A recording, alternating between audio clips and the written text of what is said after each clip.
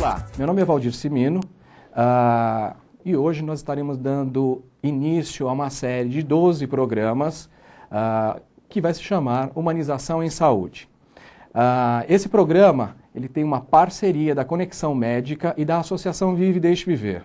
A Associação Vive e Deixe Viver existe desde 97 e tem como foco trabalhar a humanização da saúde. Nós temos um cuidado muito grande em capacitar e desenvolver voluntários para levar entretenimento, educação, informação educacional e cultura, através da leitura e do brincar. Hoje, nós temos aí uma preocupação muito grande sobre o atendimento da saúde. Como é que anda o atendimento da saúde? Em 2001, a associação participou das atividades do Ano Internacional do Voluntário. E neste mesmo ano, nós levantamos a bandeira sobre a importância da humanização, a importância do contato humano e da comunicação dentro dos ambientes hospitalares. Nesse mesmo ano, 2001, nasceu o primeiro Congresso de Humanização da Saúde. Esse congresso, hoje, depois de 5 anos, tem muitas informações. E essas informações nós estaremos trazendo mensalmente para dentro desse programa. Hoje, nós estaremos focando como tema a responsabilidade social na área da saúde. E teremos como convidados a voz do paciente, que muitas vezes, na percepção de ser um usuário, o paciente não tem o foco de que ele é um cliente dentro desse processo. Falta-lhe informação. Então nós vamos trazer Gisela Cury, que é a diretora e fundadora do programa Rampa, Associação Brasileira de Famílias Especiais. Vai ser muito interessante os toques do que uma paciente vai estar contando para a gente. Vamos trazer também a visão do profissional da saúde, dentro da parte de desenvolvimento humano.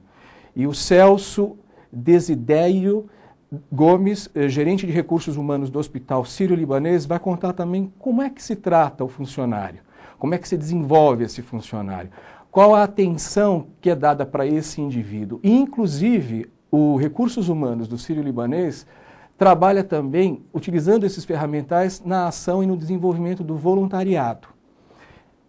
O nosso terceiro convidado vai trazer a visão de uma instituição pública. Dia 8 de janeiro, o Instituto de Infectologia Emílio Ribas completou 125 anos. E é um instituto que está sofrendo muitas transformações. Então, o diretor técnico do departamento do Instituto de Infectologia Emílio Ribas, o professor doutor Sebastião André De Felice, vai contar para a gente o que está acontecendo nessa transformação de um hospital que é ícone e referência para a América Latina. Vamos lá?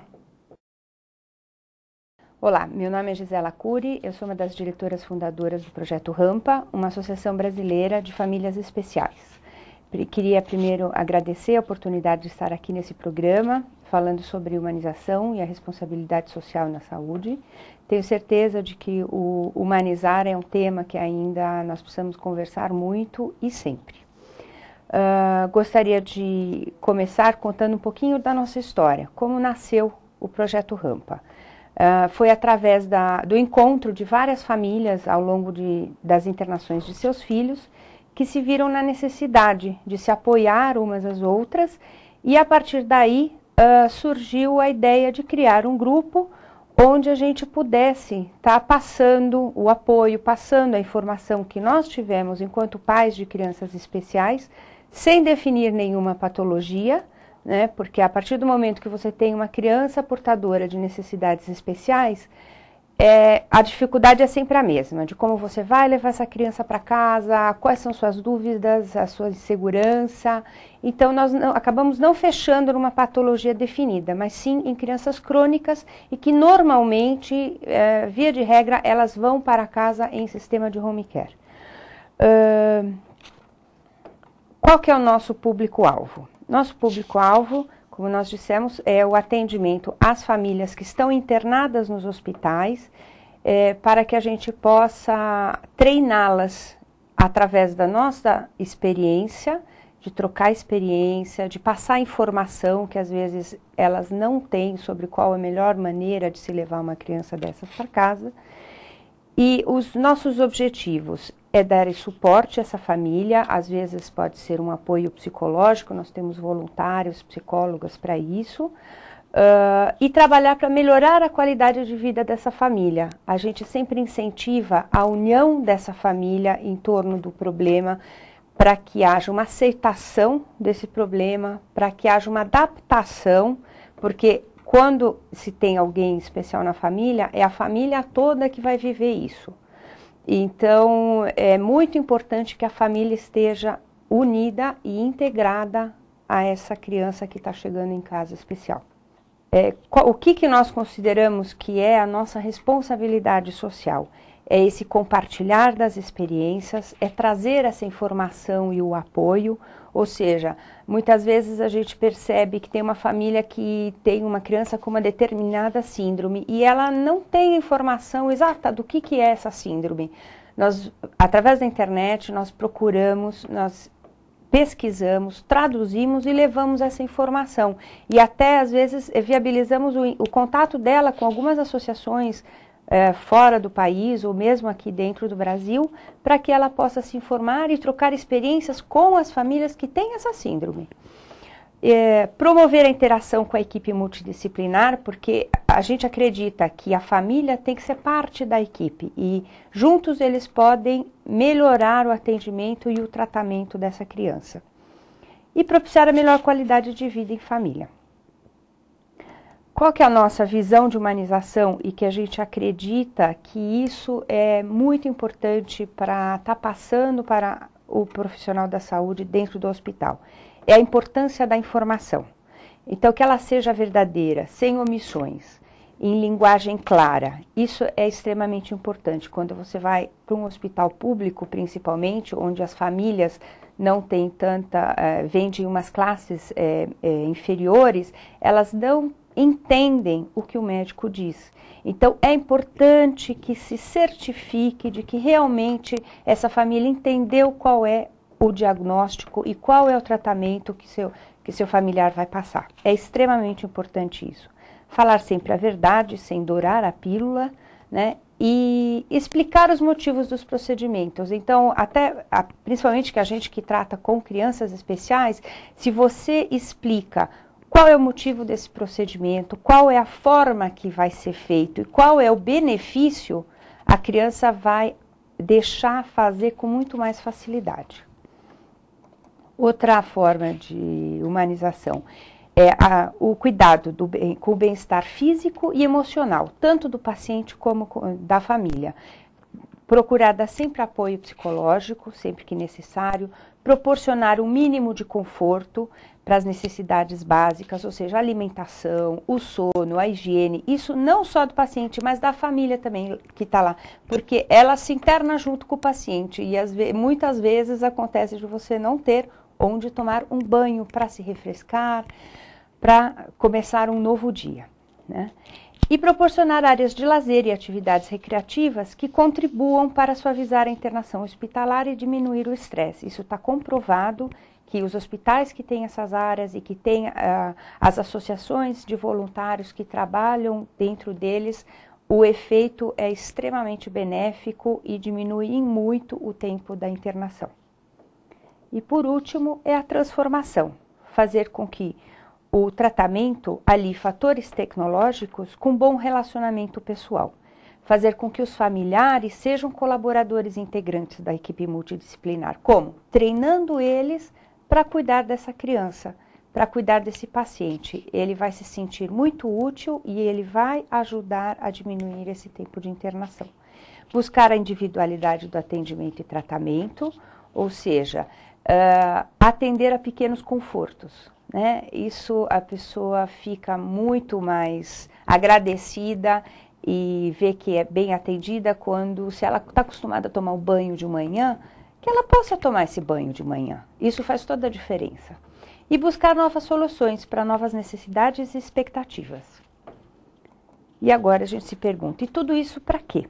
Né? Para diminuir o tempo de internação, diminuir os custos de internação, Aumentar a produtividade, quando você tem um paciente pró, ele vai deixar fazer o procedimento muito mais rápido, você vai poder ser muito mais produtivo.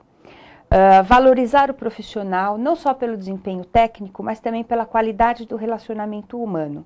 E minimizar as sequelas do paciente, não só as de ordem física, mas principalmente as de ordem emocional. E principalmente, para diminuir a distância da relação profissional-paciente. Afinal, é gente cuidando de gente. Por último, eu gostaria só de apresentar os 4 compromissos de um livro de Dom Miguel Ruiz, que é o livro da filosofia tolteca. Para quem não sabe, os toltecas eram, no Antigo México, homens e mulheres de sabedoria. E eu acho que vem muito de encontro com o que nós estamos discutindo aqui.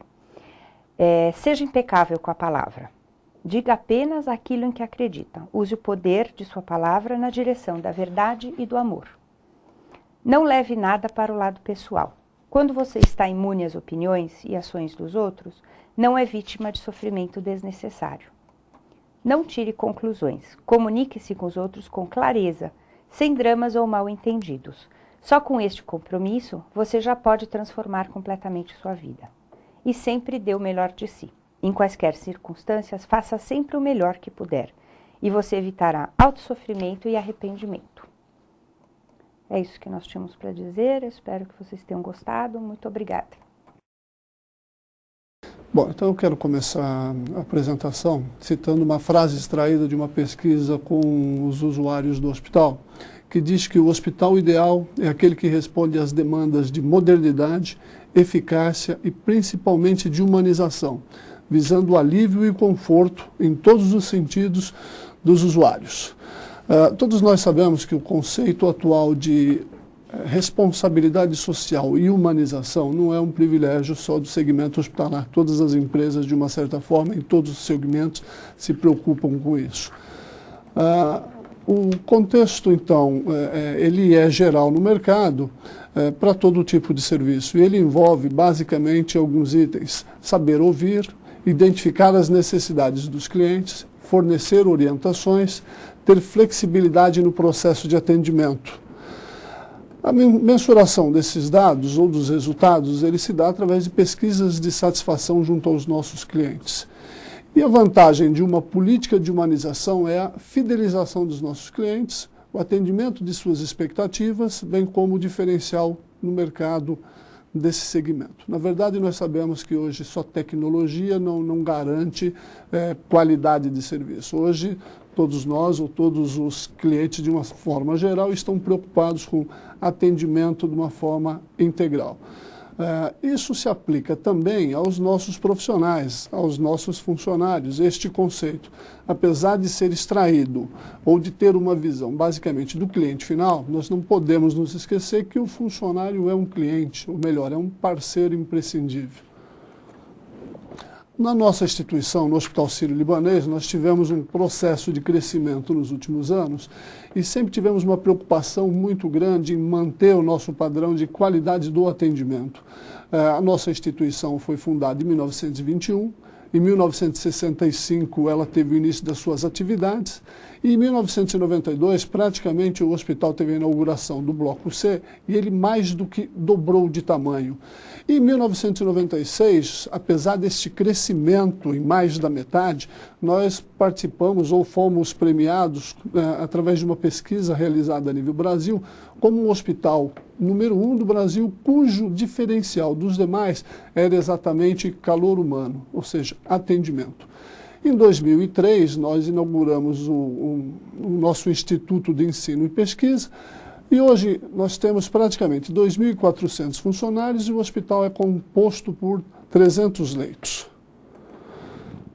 É fundamental que todos os funcionários, todos os parceiros, todos os nossos clientes internos, eles tenham conhecimento da missão da empresa, da missão do hospital.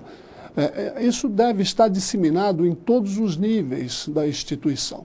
E no Hospital Sírio-Libanês, a missão é que ele é uma instituição filantrópica que tem por missão ser um centro médico de excelência voltado às ações de saúde, ao ensino e à pesquisa. Volto a insistir, a missão ela deve ser disseminada em todos os níveis da instituição. É importante que todos saibam qual é o caminho, qual é o futuro, qual é o objetivo da sua instituição. O hospital, apesar de ter mais de 4 décadas, desde o início ele foi fundado, embasado em 3 pilares. Pioneirismo, ou seja, incorporação contínua de tecnologias, excelência, alta qualidade do corpo clínico, funcionários, diagnóstico e tratamentos de ponta e humanização, condição indispensável para a boa e adequada relação com os pacientes.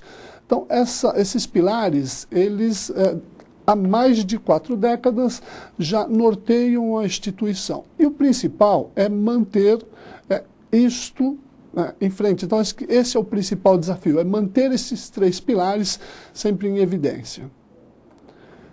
Como nós falamos no início, responsabilidade social e humanização é uma tendência. E, diante desta tendência, nós não podemos deixar de mencionar o voluntariado. Eu acho que é o principal diferencial das instituições. São pessoas que doam o seu tempo, doam o seu carinho, para que possam, de uma certa forma, contribuir com a humanização, com a responsabilidade social das empresas. No Hospital Sírio-Libanês, nós temos os diretores, são voluntários. Os funcionários também exercem seu papel de voluntário nos projetos sociais. Eu cito até as brigadas de incêndio, que é na verdade, composta por mais de 500 profissionais de forma voluntária, né? E 236 voluntárias que atuam no hospital nas áreas de ambulatório de pediatria social, projeto Abrace Seu Bairro, floricultura, livraria, nas áreas mais críticas como oncologia, diagnósticos, UTIs, pediatrias, banco de sangue. As voluntárias, na verdade, elas existem no hospital desde 1982, então não é uma coisa nova no hospital. Como itens de responsabilidade social, entre alguns, eu cito 2 extremamente fortes no Sírio-Libanês, que é o nosso ambulatório de pediatria social, que dá assistência integral, gratuita a crianças de 0 a 13 anos, carentes do bairro da Bela Vista. Nós temos hoje 4.000 crianças cadastradas. E o projeto Abrace Seu Bairro, onde nós temos cartilhas educativas, informática, alfabetização de adultos, apoio escolar, esportes, coral, artesanato, palestras e mais de 600 famílias inscritas nesse programa. Bom, então, acho que o grande desafio da área de recursos humanos é assessorar a direção do Hospital Sírio-Libanês na definição de políticas que possam equacionar essa relação capital-trabalho e, mais do que isso, tornar os profissionais que atuam no Sírio-Libanês como parceiros de negócio. No processo de seleção, nós temos características que o cargo exige do profissional em termos de conhecimentos, habilidades e atitudes para o bom desempenho da função. Temos que avaliar também competência técnica, conhecimento científico, tecnológico desses profissionais. E não podemos esquecer o perfil de personalidade, características pessoais compatíveis com a instituição.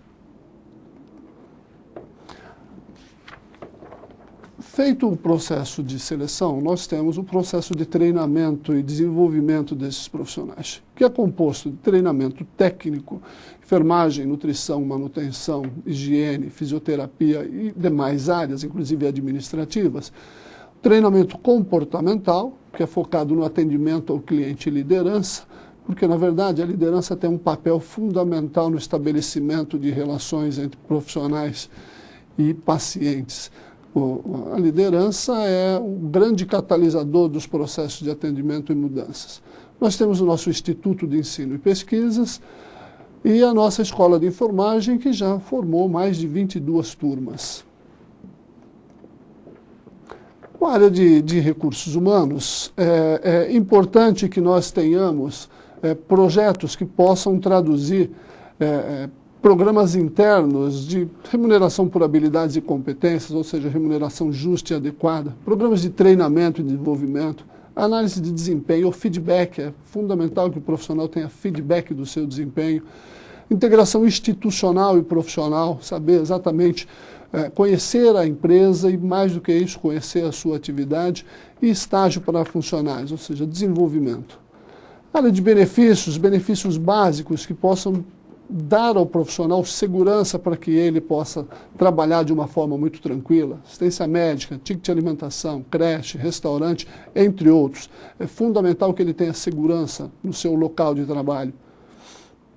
Qualidade de vida. O hospital presta serviço de primeira, presta um serviço de saúde de primeira. E é importante que ele também cuide da qualidade de vida dos seus profissionais. O programa antitabagismo, manual de prevenção do câncer, prevenção do glaucoma, programa de vacinação, periódicos, enfim. Segurança no trabalho, EPIs, é fundamental que o profissional tenha tranquilidade para desenvolver o seu trabalho pleno no dia a dia. Ok. Acho que basicamente é isso, e que nós temos, como Devolutiva, um programa aberto, Fale Conosco, ou seja, os profissionais podem externar o seu sentimento neste programa Fale Conosco.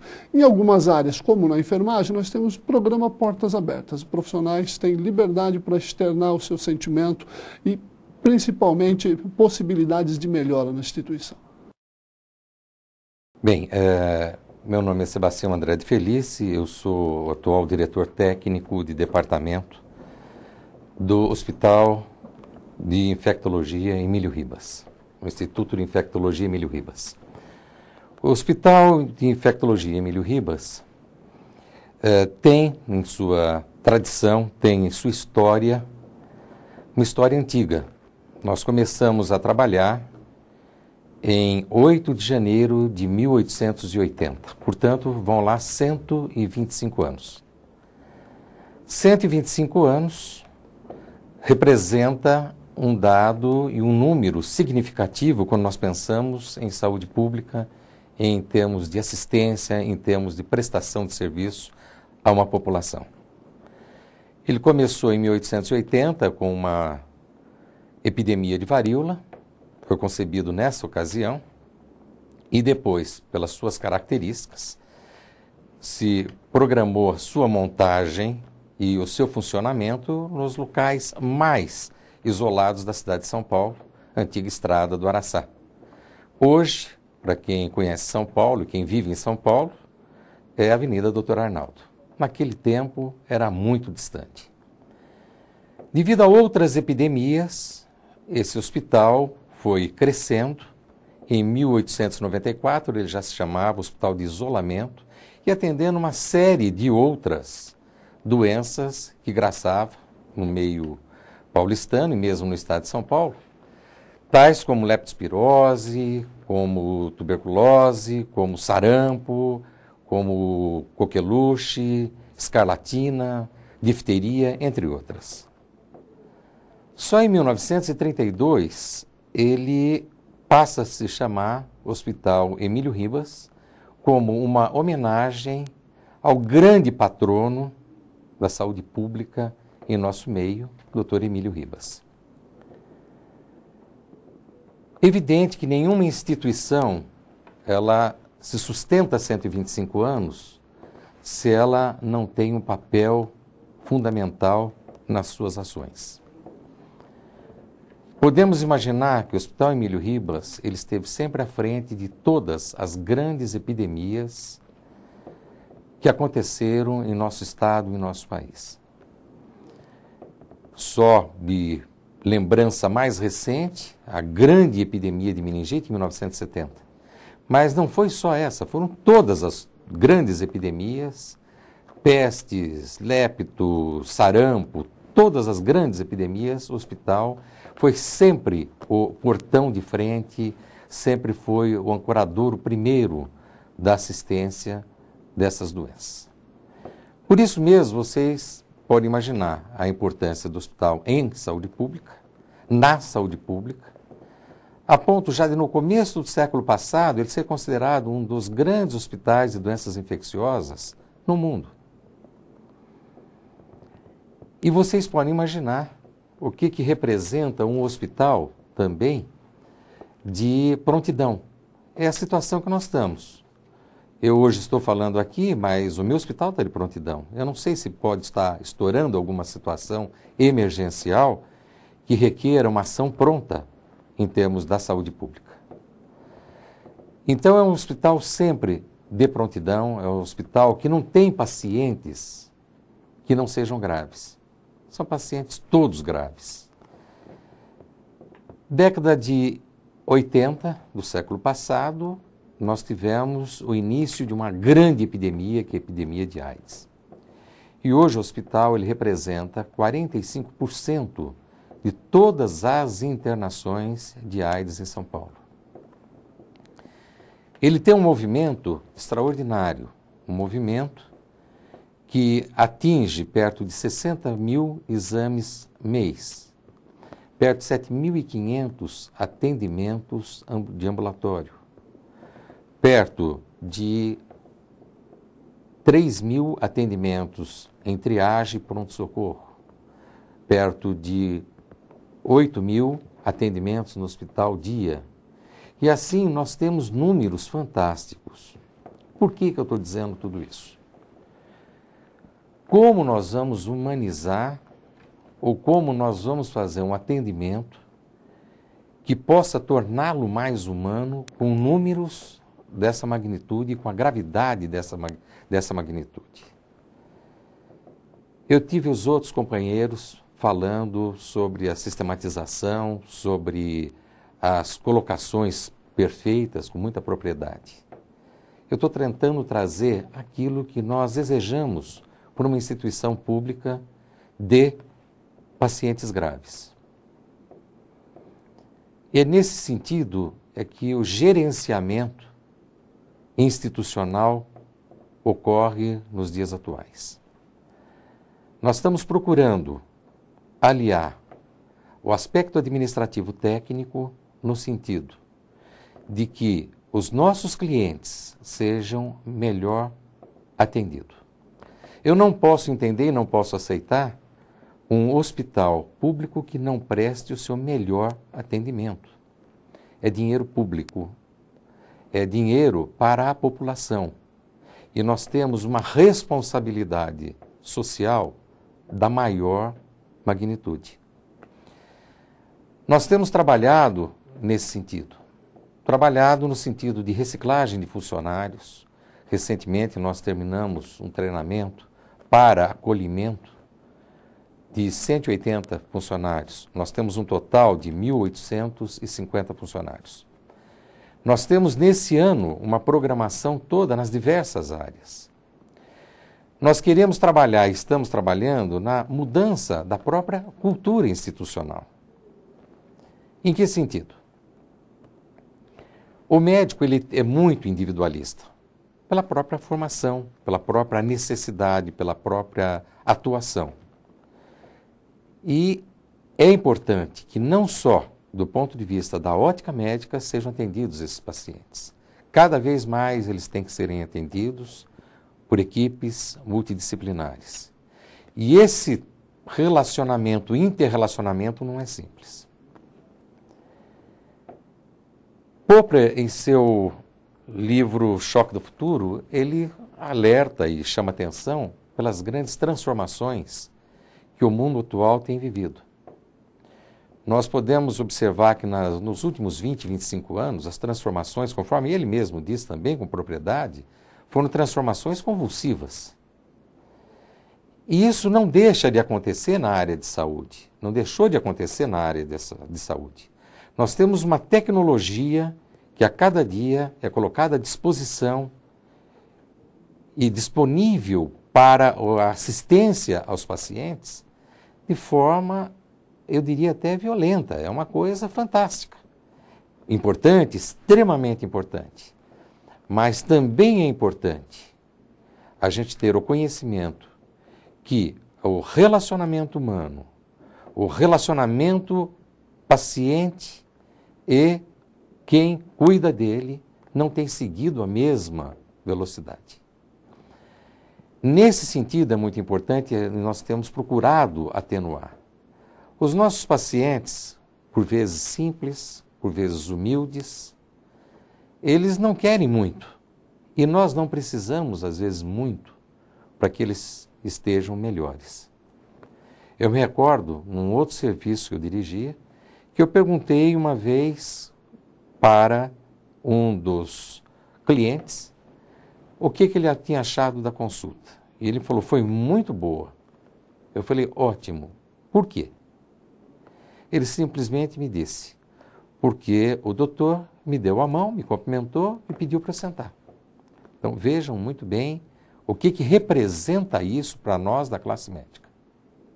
O simples fato de estarmos cumprimentando um cliente, pedindo para que ele se sentasse, já tornou uma consulta muito mais valorizada e seguramente muito mais receptiva por parte desse paciente. Então, o saber ouvir, saber se comunicar, o saber entender, o saber respeitar, a lembrança de que nós pudéssemos estar do outro lado e o cliente aqui nos atendendo, as filas que os pacientes às vezes são obrigados a enfrentar, nós podemos, de forma não cara, não necessitando de dinheiro, com pequenas medidas, fazendo um atendimento melhor. Eu posso dar um exemplo do próprio Hospital Emílio Ribas. Nós temos um distanciamento da porta de entrada até o nosso ambulatório. E me magoou muito algumas coisas simples. Logo que eu assumi a direção, eu observei alguns pacientes com limitações físicas se arrastando para chegar até um ambulatório, quando tendo na porta alguém que o acolhesse melhor, alguém que o colocasse numa cadeira de roda, eventualmente numa maca.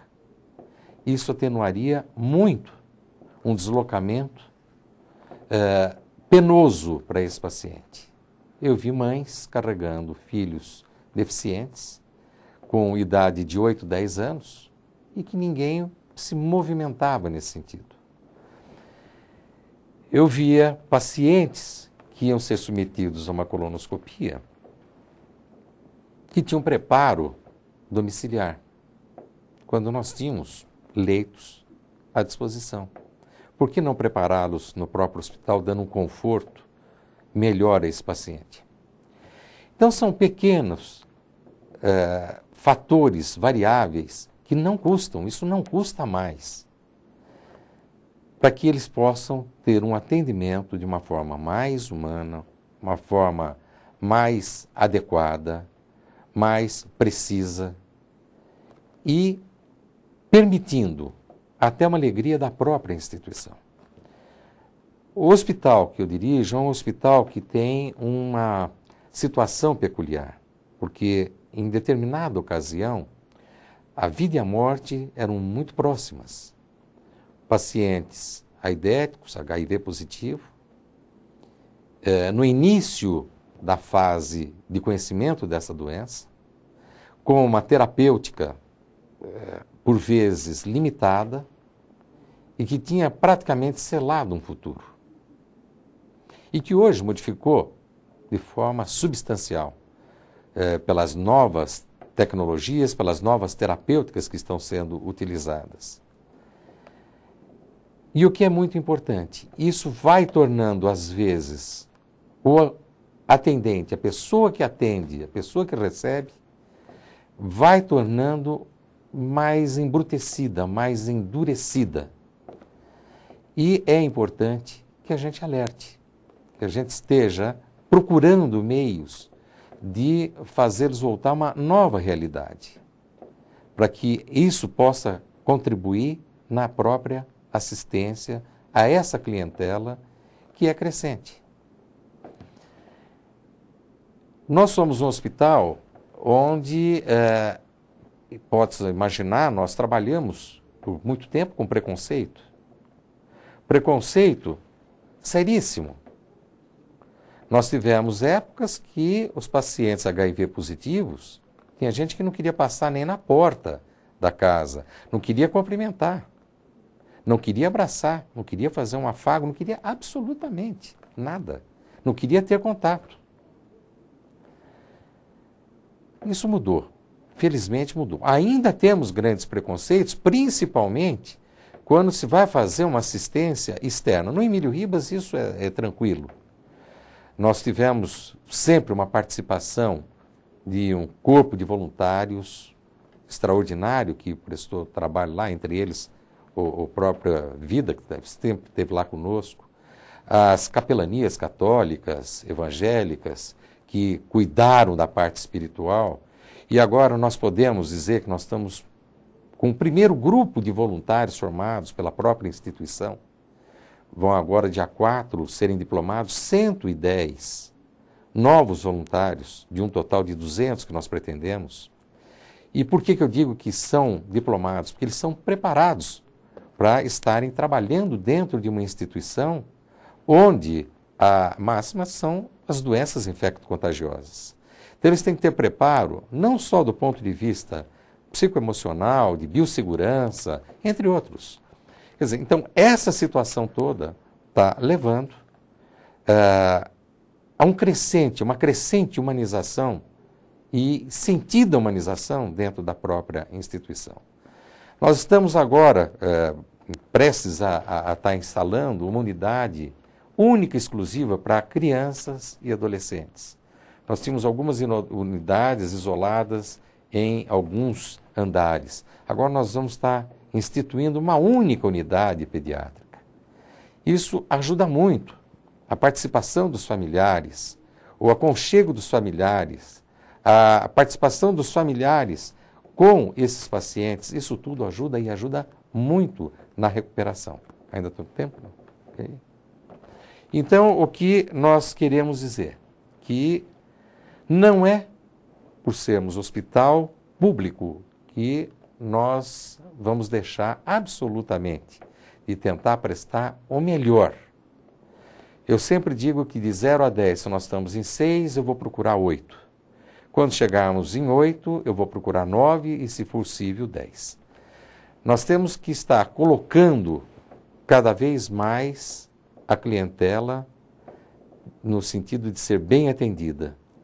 E o que é mais importante, mostrar que as instituições públicas, que muitos dizem que não tem dono sim. A população é dona dessa instituição. E nós temos a obrigação moral, social, psicológica, ética, humana, de estar prestando o melhor das assistências. Muito obrigado. Bom, nós temos aí o Humaniza SUS. O Humaniza SUS hoje tem 4 marcas, que é a redução de filas, quem é quem, porque é aquela coisa do paciente muitas vezes foi atendido por um, depois por outro, e muitas vezes ele se sente lá a pasta de diagnóstico, né? Essa falta de compromisso, né? E essa falta de sensibilidade, muitas vezes, o doutor André colocou com grande clareza ali que o apertar a mão, o cumprimentar, muitas vezes é esquecido dentro desse processo, né? A informação e a comunicação dentro do foco de saber que aquele indivíduo é um cliente, né, e que ele tem direitos, e quais são os direitos dele. E o 4º ponto é a gestão participativa. Como é que a comunicação interna, muitas vezes sem orçamento, tem que fazer a humanização acontecer, e na verdade a humanização é uma atitude de cada um.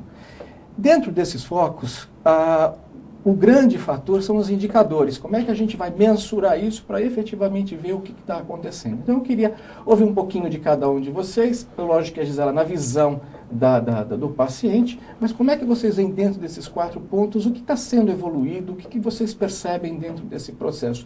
Acho que da sua própria instituição e do mercado, porque vocês acabam trocando muita ideia, né? Podemos começar aí com o Celso? Claro.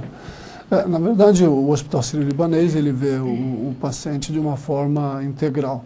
Então, desde o primeiro atendimento, nós procuramos encarar o paciente de uma forma integral, ou seja, ele é recebido pela nossa recepção, é encaminhado para as áreas de diagnóstico ou para as áreas de internação e sempre tem um profissional acompanhando. Com relação aos indicadores, hoje é muito comum nas instituições criarem não indicadores de produção, mas principalmente indicadores de produtividade e basicamente verificar junto ao mercado qual é a sua performance. Então, no Sírio-Libanês, nós temos indicadores de produtividade, temos uma preocupação muito grande com o mercado, realizamos sempre benchmark para que a gente possa validar o nosso trabalho, os nossos indicadores. E o mais importante é que tanto o profissional quanto o paciente, como eu disse, ele precisa ser visto de uma forma integral.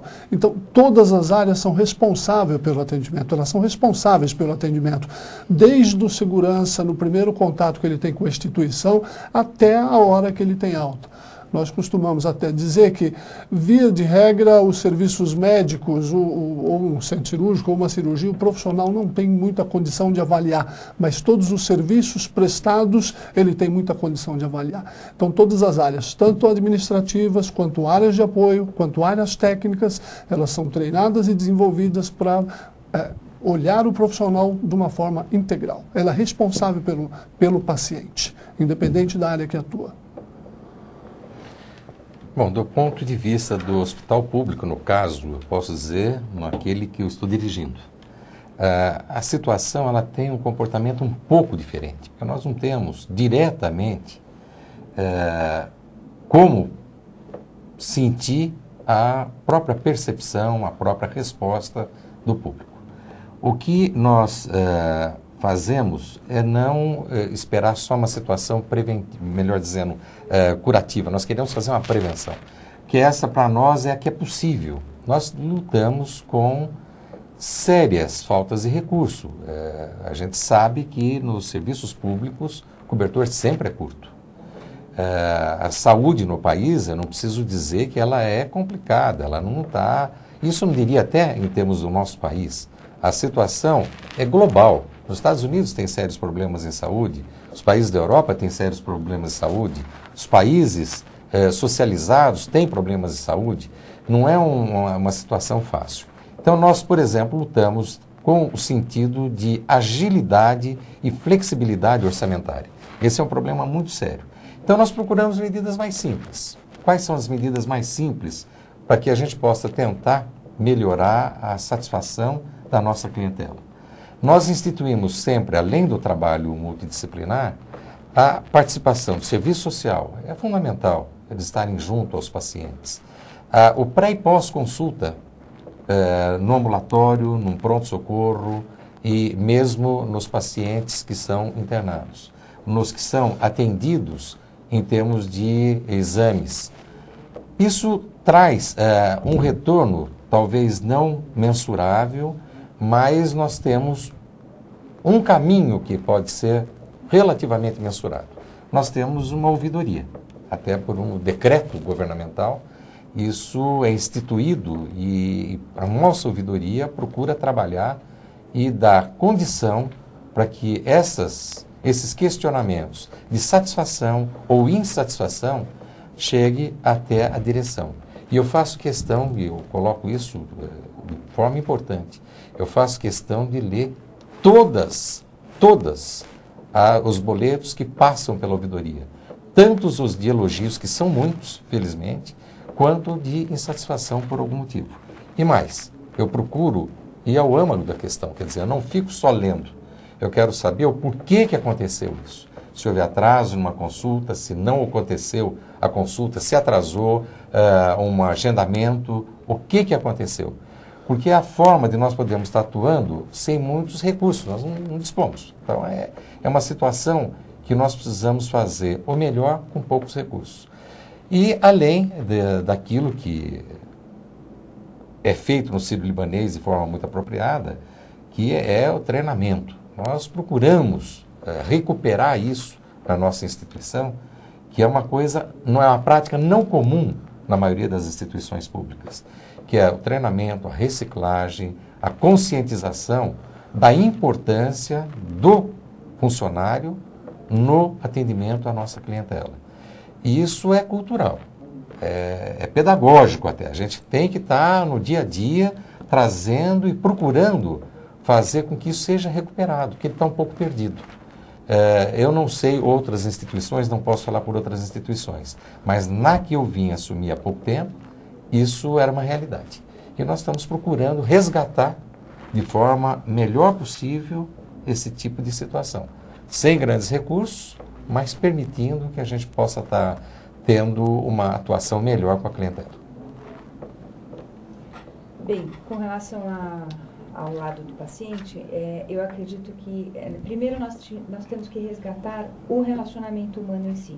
Porque quando você faz uma internação onde te dão uma série de papéis para você preencher, ali se fosse funcionar realmente, estaria ótimo aquela personalização e o atendimento seria super individualizado, mas não é isso que acontece. Você só preenche aquilo, mas aquilo não é passado adiante.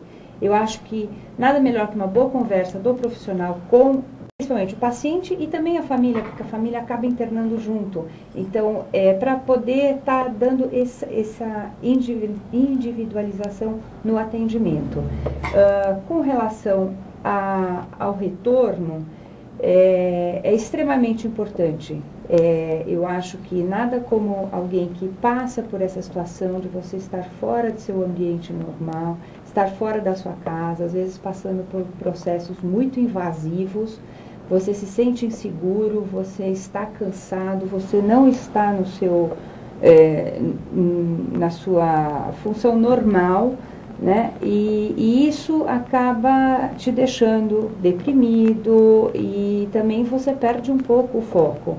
Então, eu acho que é necessário resgatar isso, dar um apoio psicológico e ouvir nessas condições como a pessoa se sentiu, até para poder deixá-la ela com mais conforto numa próxima situação ou com outro paciente.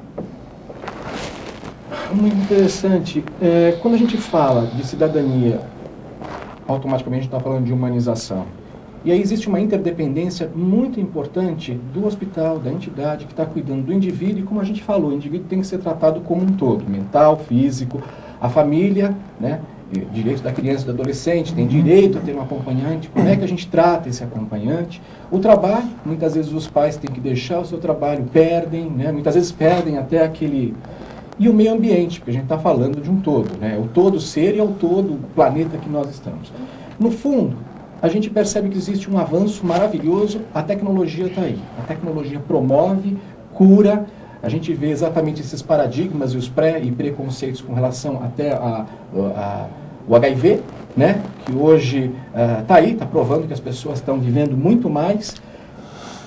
Em base disso, nós fizemos uma pesquisa qualitativa. É importante dizer que foi qualitativa dentro do HC, para a gente sentir percepções, até porque humanização, para cada lugar, as pessoas encaram de uma forma. Pinta as paredes, que está todo mundo humanizado, né, partindo de coisas mais físicas, até que mexer em orçamento, que a gente sabe que se a atitude de indivíduo e cultural modifica, o ambiente muda também. E nessa pesquisa ela mostra uma coisa muito clara. 2 problemas crônicos que definitivamente precisam ser trabalhados. A portaria. Muitas vezes nós temos um indivíduo que tem o mesmo nível social que o paciente, mas ele tem um pseudo-poder ali, e aí ele imperializa esse poder e dificulta, né? Então o indivíduo já chega estressado e, por sua vez, quebra-se. E o outro problema é o dialeto, a forma que o médico fala, e é cultural isso. Nessa pesquisa até acusam uma coisa que o paciente falava.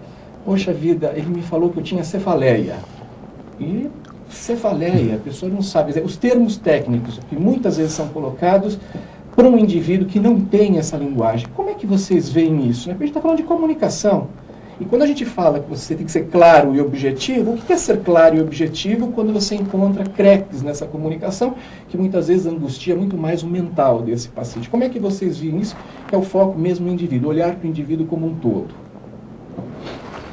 Bem, eu posso dizer o seguinte, nós tentamos atenuar. Nós sabemos que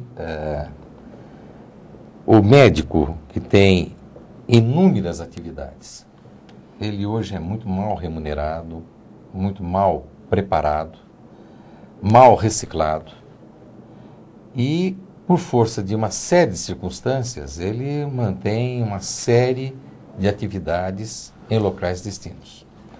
Então, às vezes, o médico, por vezes, felizmente, nós temos na nossa instituição um grupo muito dedicado, mas nós temos médicos que são ilustres visitantes. Eles passam, é en passant mesmo. Essa situação leva à conclusão que não é simples nós abordarmos uma mudança cultural e institucional num curto espaço de tempo. Mas nem por isso eu deixo num segundo momento. Por exemplo, se eu tenho um atendimento ambulatorial ou no pronto-socorro, que é um atendimento tecnicamente muito bom, eu posso garantir isso, eu instituindo uma pré e pós-consulta, eu vou minimizar essa situação do desconhecimento técnico que não foi passado, ou um linguajar, uma comunicação de uma forma mais adequada para o paciente. Então, eu com isso atenuo de forma importante. E com pessoas também capacitadas que possam chegar mais no paciente. Eu ocupo, por exemplo, uma enfermeira. Eu não estou colocando uma pessoa que também não tem os conhecimentos mínimos. Então, esse aspecto, e além disso, tentando treinar, reciclar, esse acolhimento, esse deslocamento com pessoas mais adequadas, então isso a gente tenta atenuar de forma importante. Nós introduzimos uma situação que eu acho importante, eu vou me permitir falar rapidamente. Uma das metas nossa na atual gestão é nós ampliarmos um apoio às casas de apoio, que é muito importante, porque o paciente, principalmente um paciente que hoje tem características crônicas, como é a AIDS, portador de AIDS, HIV positivo, o que acontece? Ele tem alta e, às vezes, ele fica perambulando com preconceito, inclusive familiar, e não tem para onde se deslocar. E o que acontece? Felizmente, nós temos algumas casas de apoio e nós estamos num programa muito intenso de atuação nessas casas de apoio. Atuação que, aparentemente, pode parecer um número pequeno, mas os outros exemplos são de 8, 10 pacientes que estão sob a custódia. Nós estamos chegando a 60 pacientes, onde nós temos equipe com médico, com enfermeira, com nutricionista, com assistente social, que vão às casas de apoio e ministrando, orientando, medicando quando é o caso, estabelecendo o balanceamento alimentar. Então, com isso, eu acho que nós podemos tirar o hospital do intramuros e vai para o extramuro. Então, ele tendo uma atuação e de uma forma crescente. Eu acho que isso é um benefício social de um alcance enorme que nós queremos transmitir esses conhecimentos. Nós queremos estar adquirindo uma experiência crescente nesse sentido.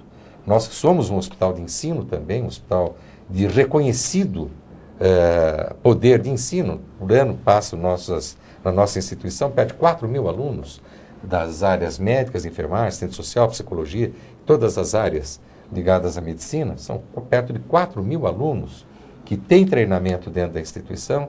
Então nós queremos ampliar esse tipo de atividade, também fazendo com que equipes multidisciplinares possam estar prestando num local fora o atendimento que ele estaria recebendo no hospital e que não precisa necessariamente estar numa internação. No Sírio-Libanês, talvez haja uma divergência, né? Nós não temos profissionais do mesmo nível atendendo, se colocando numa posição superior. Talvez o processo seja até inverso, apesar que nós atendemos também pacientes da prefeitura. Então, na verdade, o que nós precisamos ter, e nós acreditamos muito nisso, são profissionais adequados nas suas respectivas atividades, nas suas funções. Mais do que isso, eles precisam conhecer qual é a expectativa do cliente com relação ao atendimento. É fundamental que ele saiba qual é a expectativa do nosso cliente, o que o nosso cliente espera do Sírio, espera do atendimento. Ele precisa conhecer o processo de trabalho. Ele tem que ter conhecimento muito claro de quais as rotinas, as regras, o que ele deve fazer efetivamente. E nós estamos num processo junto ao nosso, principalmente pronto atendimento, onde o atendimento é um pouco mais atribulado, onde temos grupos multidisciplinares trabalhando muito claro, assim, expectativa de cliente, processo de trabalho. E esse grupo multidisciplinar que eu digo é o porteiro, é o recepcionista, é o médico, inclusive, participando da discussão. Expectativa de atendimento, processo de trabalho. Então, no Sírio, a gente trabalha muito forte isso. E o básico é você ter as pessoas certas nos lugares certos. E investir nessa parceria. Acho que isso é fundamental. Bom, eu acho que aqui tem 2 pontos que eu gostaria de ressaltar. Assim, durante as sucessivas internações da minha filha, a gente pôde, ao longo de alguns anos, conhecer as pessoas por trás dos profissionais. Então, a gente percebeu essa dificuldade da falta de remuneração adequada, onde a pessoa tem que se desdobrar em 2 ou 3 trabalhos, e às vezes ela realmente chega cansada para o plantão, e você percebe isso. Quer dizer, aí fica uma questão mais delicada ainda, porque está se cuidando de um paciente que, de repente, por um descuido, por um cansaço, por varar 48 horas, ele não foi exatamente super bem atendido. Então, a gente começou a perceber as pessoas, o esforço que elas fazem para elas poderem ter uma vida digna, né? De se desdobrar em 2, 3 plantões, enfim, em várias instituições.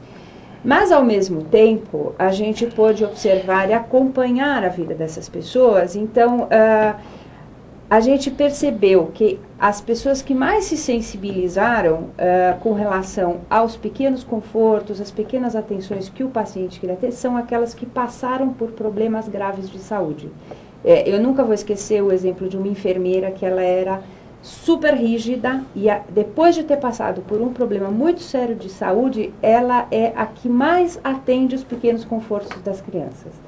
Então, aí você vê que é também uma questão de boa vontade, de você se colocar no lugar do paciente. Muito interessante. Eu queria que vocês que estão nos ouvindo, sugestões e perguntas, nós temos um e-mail, que é humanização, sem os devidos acentos, @vivaedeixeviver.org.br. Para a gente agora dar uma amarrada, cada um vai dar o seu recadinho. Que sentimento é esse de humanização e o que as pessoas podem definitivamente, a partir do final do nosso programa, já poder estar agilizando e fazendo essas coisas acontecer? Porque a gente sabe que é a atitude do indivíduo. Como é que vocês veem para a gente dar essa fechada e essa amarrada? Gi, começa? Começa. Bom, eu me sinto privilegiada de estar aqui conversando com toda essa história que aconteceu com a minha filha, de ter montado esse projeto Rampa para não deixar isso morrer e poder passar essa experiência e poder contar, estar aqui conversando sobre humanização, contribuindo da forma que a gente sabe, que é contar o nosso lado, né? E estou sempre disposta a estar colaborando com esse tema, porque é um tema que me diz muito respeito. Quem quiser mais informações sobre o Projeto Rampa, e-mail projetorampa@terra.com.br. Doutor André? Bem, eu gostaria de agradecer essa oportunidade também. Nós trazemos uma experiência de um hospital público centenário, importantíssimo no contexto da saúde pública do nosso país, não diria só no nosso país, da própria América Latina. Agradecer aos participantes, porque a gente também está aprendendo e aprendendo muito, nós sempre captamos o máximo possível. Nós temos dificuldades, é verdade, mas o que é importante? Eu vejo luz. Eu vejo luz no final do túnel. Eu tenho formação, eu sou pediatra de formação. Sou formado por uma escola essencialmente humanística, que é a Santa Casa de São Paulo. E os exemplos que eu tenho de professores, de uma extrema humanidade, uma participação, eu sempre participei muito dessa necessidade. E eu fico até um pouco preocupado de eu falar em humanização, quando acho que isso não deveria nem ter sido bem se falar, né? Porque é uma coisa tão óbvia que eu, quando vejo uma situação que não está sendo humana, eu não posso aceitar. E esse humano não é a questão da pintura, eu acho que nós temos que, sabe, sermos gente. É simples. Sermos gente, pensarmos que nós temos filhos, temos pais, temos parentes, temos amigos, podemos estar no outro lado, já estive por muitas vezes no outro lado e me comporto absolutamente como um cliente, eu não gosto de participar como médico, eu sou cliente mesmo. Então, eu acho que isso é muito importante porque eu sei os dois lados, eu entendo os dois lados. Eu tive filho que foi operado precocemente, não aqui, foi no exterior, eu sei o que nós passamos. Isso foi um motivo de luz na minha vida e de estar observando. E vejo essa luz também na instituição que eu estou dirigindo. Quer dizer, eu sei que tem muitas mudanças, que nós temos que estar fazendo algumas modificações, por vezes até de forma radical, mas eu vejo luz. Eu acredito no ser humano. Eu tenho que acreditar no ser humano. Nós temos que parabenizar o trabalho do Dr. André, porque vale a pena passar ali em frente a Dr. Arnaldo. Está mudando tudo, e isso é muito importante. Mudança para melhorar. Eu só posso complementar. Eu aprendi muito com o Cimino, porque quando eu fui ao Emílio Ribas, nessa minha segunda gestão, a outra foi de 78 a 82, ele já estava lá, e eu aprendi também com o trabalho que eles estão fazendo lá. Obrigado. É muito importante. Celso. Claro, na verdade, o Hospital Sírio-Libanês sempre teve um diferencial que é o calor humano. Então, nós sempre fomos diferenciados porque o nosso profissional, ele transmite calor humano. Isso nada mais é do que reflexo da forma como a empresa também o trata. Ou seja, todos no Sírio-Libanês, independente do cargo ou do nível, é tratado de uma forma muito diferenciada, é apoiado. Nós temos políticas de recursos humanos, a diretoria trata todos de forma bastante igual. Então, quando a empresa, o hospital, trata os seus profissionais de forma séria, digna, coerente, com certeza isso se reverte também para os pacientes. Muito obrigado, Celso. Obrigado ao Celso, ao Dr. André, à Gisela. E nós estamos aqui encerrando o nosso programa, hoje com o tema Responsabilidade Social na Saúde. Se você tem sugestões, mande para nós, humanização, sem os devidos acentos, @vivaedeixeviver.org.br. Muito obrigado pela sua atenção.